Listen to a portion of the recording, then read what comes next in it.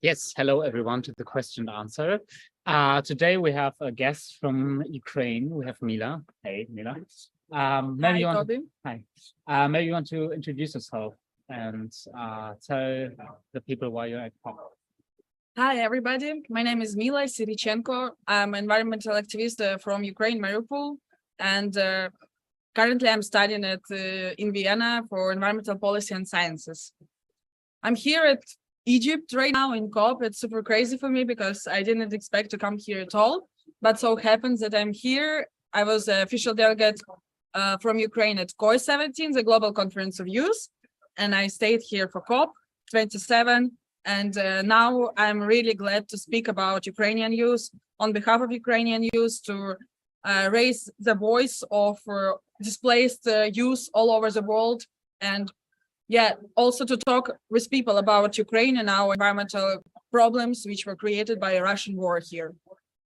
Yeah, so maybe you can tell us a little more what you're especially doing here, how you raise this voice, how you connect maybe to people. Here, I use almost every opportunity to speak with usual people like us. Okay. Like to speak with people. Sometimes it's just usual people. Sometimes it's like today I spoke on with presidency of COP, with some ministries of other countries like Poland or United Kingdom, where I said that we should develop more opportunities for Ukrainian youth, for actually war refugees, because right now in all these countries in Europe, there are plenty of Ukrainian youth, but we still don't have enough voice, and we need more support because, yeah, the things that Russia is doing right now in my country are just awful, and they influence these actions, influence all world, and that's why we shouldn't be silent about it, and we need to stop it ASAP, because otherwise it's all slowing down the whole energy transition and the switch to renewable energy. So what happened in the Ukraine? Maybe first you can tell a little of, I don't know, where you're from and what happened there, and maybe then also how it connected to environmental issues or climate issues that you're now raising.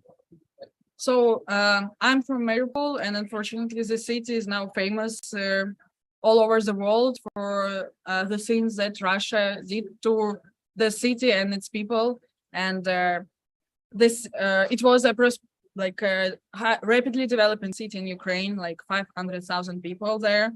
And as I was studying in Kyiv, every 1 month I went back to my hometown, and always knew that something is new there, like a new park, some philharmonic, new cafe place. And it was so great to watch how my city is developing. And especially in comparison to the other city, Donetsk, which was under occupation of Russia for already 8 years. And Donetsk wasn't developing at all. It was just slowly going down, and not that slowly, but like this. And the development of Mariupol as a new Ukrainian city, industrial, unfortunately, because we had this factory Azovstal, which was polluting the sea, the air, and in the end, it became like the last bastion for Ukrainian defenders. And we had our environmental problems before war, and now they're only developing. For example, for Ukrainian NGOs, now it's harder to control and to keep track of carbon emissions, because the data is closed for usual people because of the war, and it can be a lot of greenwashing or just some unofficial carbon emissions. And but still, Ukrainian government is supporting environmental movement, and we have our own first pavilion here. So maybe if anybody is watching here from COP, you're welcome to visit our pavilion in the zone of C, 5th pavilion. And it's our first pavilion even though it's a full-scale war in our country. So I'm really, really proud of that, even though I'm not took part in organizing this pavilion, but now I'm going there every day. And today there we had the global use of state given the head of delegacy of Ukraine. So it was also cool to show that Ukrainian youth is fighting for environmental future and sustainable future, even though it's a war. But how could you say it's when the war started, how did the support change for NGOs? So how much capacity was there? Was there more capacity before? And how actually did you manage to come here during this war? How could you even, I don't know, how could Ukraine afford this, putting effort in here in this conflict? We still think it's worth to put effort and money in pavilion here, because this pavilion, if you go there, it's showing that there is a war in our country, that we need help. And on the other hand, it shows that we have a big potential for renewable energies, and we have a big future, which Russia just took from us day by day. And so yeah, it's like this. Right now, I think, of course, the majority of focus is not on sustainable development, but on war.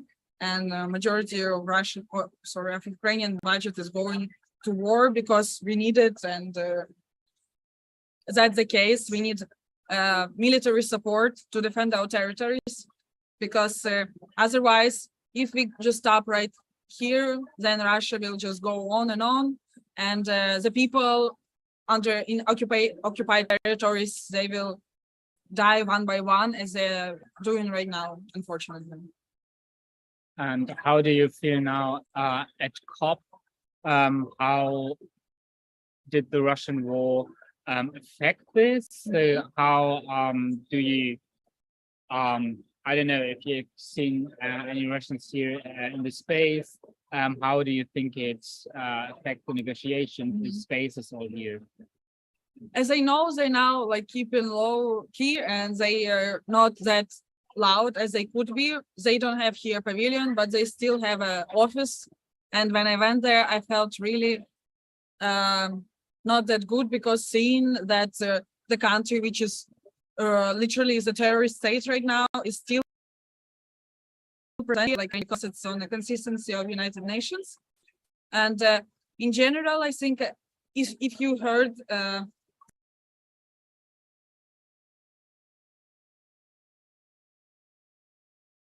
that's Russian war in Ukraine at some point, but still it's I think it's not enough attention, and sometimes people addressing like it's war in Ukraine, or it's like Putin's war, even though millions of Russians, unfortunately, they support this war. And basically the only thing we can do right now is to make Russia stop this war, make Russia give our territories and our people back, and then we cannot build a sustainable future with war in the middle of Europe. Or of course, war shouldn't exist anywhere, and when it's so close to you, then you start to feel the danger of it and the danger of fossil fuels, because war happened also partly of dependency on of Europe on Russian fossil fuels. So we have some questions there. So is the Russian war against Ukraine overshadowing the COP so much that it is limiting the negotiation? So you said No. stay in the space, but yeah, it cannot be overshadowing, because it's a part of climate crisis, Russian war in Ukraine. But it's still not enough space for us, and it's still not enough user or other Ukrainian activists.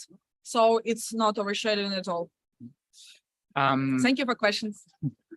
Yes, so we already spoke about the pavilion, and how is the pavilion, and how are you connected to the civil society back at home in the Ukraine, and how does the COP get attention in general?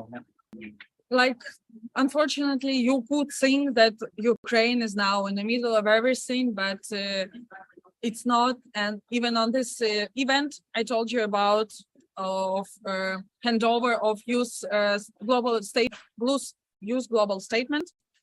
It was not enough media, not enough people. But for example, we are organizing an action on Saturday to support Ukraine and other countries which were affected by fossil fuels wars. But according to United Nations rules here, we cannot address any country specifically. So we cannot say like support Ukraine.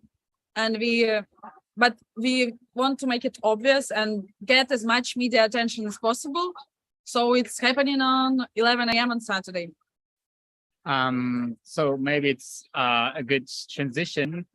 So what actions did you plan? You already said this. And what support do you wish from other countries here at COP, but maybe also over or after the COP, during it, from home, from wherever? That's a great question, because from my point of view as Ukrainian and from majority of Ukrainians' point, we need more military support. Also from Germany, and we know that right now I've seen on the news that Germany is giving it, because we cannot like just stop fighting with each other, because Russia already took a big percentage of our territories and big percentage of people, and a lot of people were dying and killed. For example, even in my home city in Mariupol, there is data that it was more than 80,000 people died there. And when I pronounce it, I don't really realize it, because it's crazy to think about this quantity of people. So what we need to do is to find and put on trial the people who are responsible for it. And it's a lot of people, and we still need to do it. And the support we need from other countries is definitely military support, and of course humanitarian support, but first of all military, because that's the only way we can defeat Russia and stop this war. Yeah. Maybe coming back to COP. So there are many fossil fuel representatives here, also from the Russian delegation. So what do you think about this at first? And then did you already had interactions with Russian delegates, Russian representatives, I don't know, fossil fuel lobbyists? As I know, Russia for a long time already trying to put their into their carbon emissions, the emissions of occupied territories, the emissions of Crimea, of Donbass, right now of other occupied territories. So they will legalize it this way, the territories they occupied. And the Ukrainian delegation is fighting for a long time already against it. And our voice is more or less being heard, but still not enough. And I just know that countries that like neutral or kind of support Russia, they can just paralyze the negotiation. And if they wanna like paralyze the negotiation of carbon emissions or NDS, then they can keep this war scene, even though they need to discuss some other stuff. So it's like quite tricky. And personally, thanks God, I have not yet met any Russian activists, because it's also like personally painful for me sometimes, and I don't feel strong enough. Maybe only if I have a team, then to negotiate with them. Maybe you already said how other people can you support you, but maybe specifying on that, how could youth support you? How could youth from here, but also from around the world, support Ukrainian activists like you? It's a great question, because youth is a powerful thing, and I believe in youth, and I believe in still, even though so much bad happened to my country and partly to my family, I still believe in good in people, and the best thing that anybody can do is to speak up and to go for protests against Russian oppression, against wars. Show your country that we need military support, because a lot of people, as I said, they are like for peace, it's a great thing to be for peace. Yes, I'm also for peace. But if you're for peace in that kind of situation when people will die, so actually you don't want to be responsible for any of death, right? So the main thing is you can do is ask for more military support. Maybe as a last question, or maybe not a last question, but a last statement. Maybe you can read the last, or I read the last for you. Please let her know that our hearts and wishes are with her, the warmest stop. Thank you so much. Yes, thank you. Is there anything else you want to say, or did you already? I want to thank you for the opportunity to speak up about my situation and about situation in Ukraine. And I'm really grateful for your support. And yeah, I was never thinking that war can happen right now in my country, and it's still crazy to believe it. And but it is our reality right now, and I prefer not to think about it, but just think what steps can I do, and that's better to best way to live right now. So right now I'm in COP. Yes, and we are doing action for Ukraine, and you also help, and thank you so much for it. Yeah, thank you so much. Thank you for sharing. Thank you.